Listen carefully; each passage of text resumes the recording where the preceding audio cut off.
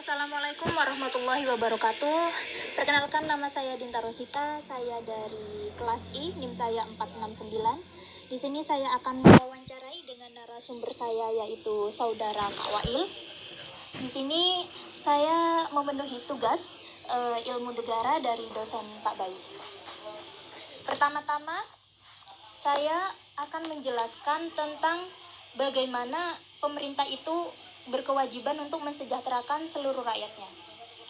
Indonesia sendiri adalah negara yang menetapkan kesejahteraan umum sebagai salah satu tujuan negara. Para pendiri negara juga memikirkan salah satu tujuan negara, yaitu kesejahteraan bagi rakyatnya. Sebagai negara merdeka, hal ini juga tertuang dalam Undang-Undang Dasar 1945.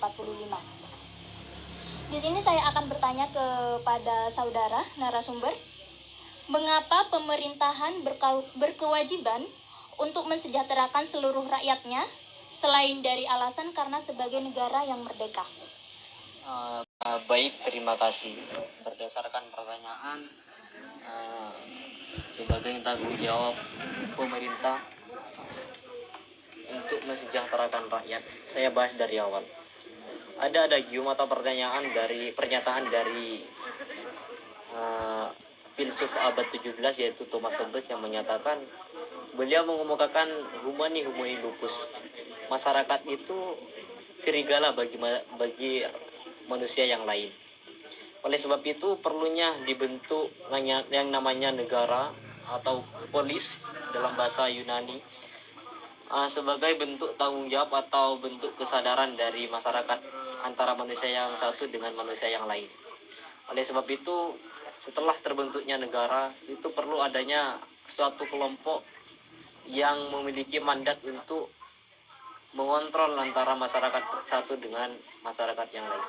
Oleh sebab itu, mandat yang diberikan oleh seluruh masyarakat oleh atas dasar kepercayaan terhadap suatu kelompok yang dinamakan sebagai pemerintah itu atau penguasa, itu sebagai bentuk pelayanan antara penguasa terhadap masyarakat. Agar apa? Agar dapat bisa melayani, mengontrol secara khusus, fokus terhadap masyarakat bagaimana dia menjalankan suatu proyek. Kita analogikan bagaimana manusia ini sebagai proyek yang belum jadi, bagaimana setiap waktu dan setiap kondisi masyarakat ini butuh komposisi atau bahan-bahan untuk selalu mensejahterakan masyarakat. Oleh sebab itu, itulah bagaimana pentingnya kesadaran dari pemerintah atau penguasa untuk selalu menjaga bagaimana untuk membangun kesejahteraan rakyat. Baik, saya lanjut ke pertanyaan berikutnya. Menurut Anda, bagaimana tanggung jawab pemerintah dalam mensejahterakan rakyatnya? Baik, saya kembalikan bagaimana tanggung jawab pemerintah dalam mensejahterakan rakyat. Sebenarnya, kalau dari awal pemerintah itu merefleksikan diri, mengingat-ingat bagaimana tanggung jawab awal mereka, ada dua variabel atau dua tipe bagaimana dia sebagai pemerintah. Yang pertama, sebenarnya pemerintah itu adalah pelayan bagi masyarakat. Dan yang kedua, dia memiliki kebebasan yang dinamakan sebagai penguasa, yang dalam ruang lingkupnya dinamakan sebagai pemerintah. Itulah dua variabel yang membentuk yang namanya pemerintah. Jadi tanggung jawab sebenarnya dipegang penuh oleh pemerintah tersebut sebagai bentuk dari pekerjaan mereka. Kalau jika dia tidak memenuhi pekerjaan tersebut, maka sebenarnya dia sudah mengkhianati masyarakat yang sudah percaya bahwa dia sebagai pemerintah atau sebagai penguasa atau bahkan sebagai pelayan bagi masyarakat sudah tidak memenuhi atau tidak lagi atau bahkan mengkhianati rasa kepercayaan masyarakat yang memberikan mandat kepada mereka.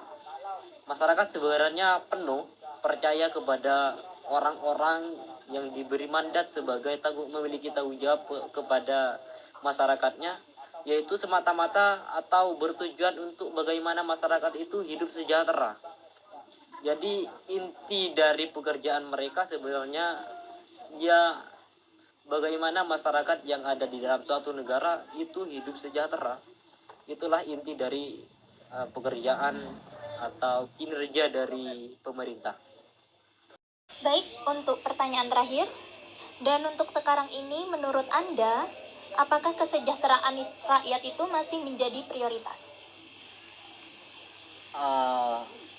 Kalau berbicara tentang kesejahteraan rakyat, dari awal mula atau asal usul terbentuknya negara, kesejahteraan rakyat itu merupakan prioritas suatu pemerintah atau penguasa.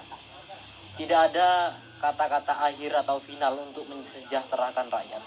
Karena saya analogikan di depan tadi bahwa ini merupakan proyek yang belum selesai. Bagaimanapun juga suatu waktu masih perlu ada komposisi yang kurang, ada bahan-bahan yang perlu ditambah dalam membentuk atau mensukseskan cita-cita bangsa yang dinamakan sebagai kesejahteraan rakyat tersebut.